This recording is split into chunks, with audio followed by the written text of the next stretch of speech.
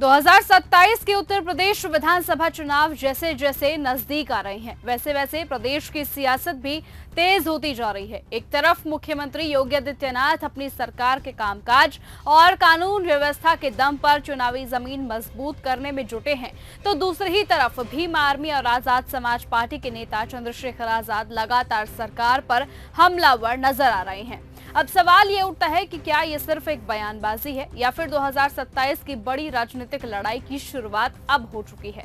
दरअसल चंद्रशेखर आजाद इन दिनों लगातार रैलियों और जनसभाओं के जरिए एक बड़ा मैसेज देने की कोशिश करते हैं। उनका साफ कहना है कि अगर कोई डर कर घर बैठ जाएगा तो वो अपने महापुरुषों की तस्वीरों से भी आंख नहीं मिला पाएगा। वो बार बार ये बात दोहराते हैं कि सत्ता कभी किसी को हक नहीं देती है, बल्कि उसे संघर्ष से हासिल करना पड़ता है। अगर किसी के चैलेंज से घबराकर, किसी के धमकी से घबराकर घर में बैठ जाएं, तो शायद अपनी महापुरुषों की तस्वीरों से भी आंख नहीं मिला पाए।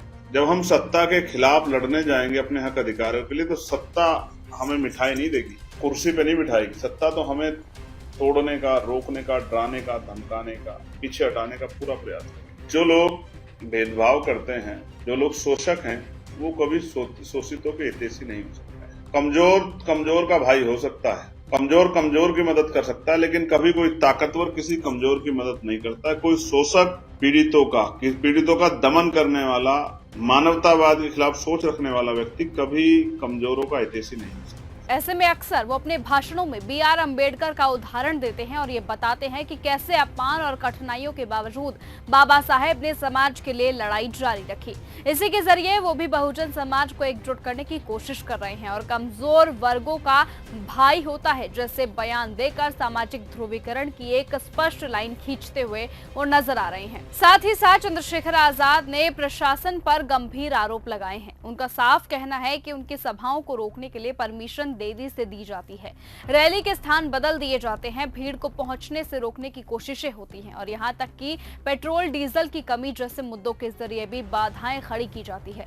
इन आरोपों के जरिए वो ये नैरेटिव बना रहे हैं कि उनकी आवाज को दबाने की कोशिश हो रही है। राजनीतिक नजरिए से अगर देखें तो ये पूरी रणनीति 2027 के चुनावों के लिए ग्राउंड तैयार करने की है, जहां वो खुद को संघर्ष करने वाला नेता और सरकार को रोकने वाली ताकत के रूप में पेश करते हैं। तो वहीं दूसरी तरफ कन्नौज से सामने आया ये मामला अब सिर्फ एक प्रशासनिक चूक तक सिमट कर नहीं रह गया, बल्कि उसने यूपी की सियासत में नए कयासों को जन्म दे दिया। क्योंकि यहाँ पर उत्तर प्रदेश सरकार के मंत्री असीम अरुण एक कार्यक्रम में पहुंचे, लेकिन अधिकारियों की गैर मौजूदगी के चलते उन्हें करीबन 45 मिनट का इंतजार करना पड़ा और आखिरकार बिना कार्यक्रम शुरू किए ही उन्हें लौटना पड़ा।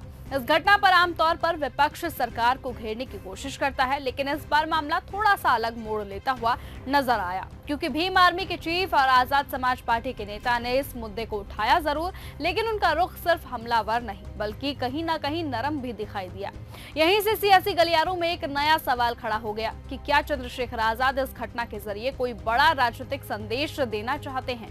क्या ये सिर्फ एक सहानुभूति है या फिर भविष्य की सियासी रणनीति? कयास ये भी लगाए जा रहे हैं कि क्या चंद्रशेखर आजाद असीम अरुण जैसे नेताओं को अपने करीब लाने की कोशिश में है? क्या आने वाले समय में कोई बड़ा सियासी उलटफेर देखने को मिल सकता है? इसी बीच सबसे बड़ा सवाल तो ये है कि क्या योगी सरकार के मंत्री अंदरूनी असंतोष या फिर ऐसी घटनाओं से नाराज होकर भविष्य में नई राजनीतिक दिशा तलाश सकते हैं? और क्या चंद्रशेखर आजाद इस मौके को भुना कर अपनी पार्टी को मजबूत करने की रणनीति पर काम कर रहे हैं? क्या चंद्रशेखर आजाद ने अब ऐसी चाल चली है जिससे योगी सरकार के मंत्रियों में आपस में टूट हो गई है? क्या बीजेपी आपस में टूटती हुई नजर आ रही है? हालांकि फिलहाल ये सब कुछ कयास है, लेकिन 2027 के चुनावों से पहले इस तरह के संकेत यूपी की राजनीति को और ज्यादा दिलचस्प जरूर बना रहे हैं। ऐसे में देखने वाली बात होगी कि जिस तरीके से चंद्रशेखर आजाद ने आसिम अरुण के बारे में बातें कही हैं, देखने वाली बात ये होगी कि क्या 2027 से पहले वो इसी तरीके से उनको अपनी पार्टी में शामिल कर पाएंगे?